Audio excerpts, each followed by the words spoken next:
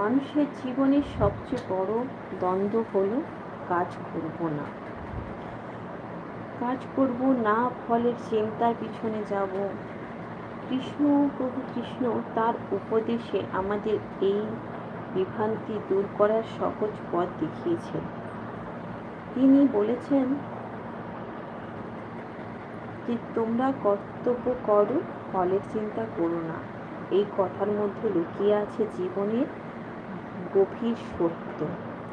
আমরা প্রায় কোনো কাজ শুরু করার আগেই দেখবেন, আমরা যদি কিছু কাজ করতে চাই তো তার আগে আমরা ভাবি যে এই কাজটা করব, এর ফল কি হবে। আমরা আগে ফলটাকেই চিন্তা করি, কাজটাকে না করে। তো শ্রীকৃষ্ণ বলেছেন যে আগে কাজ করো, তারপরে ফলের চিন্তা করো।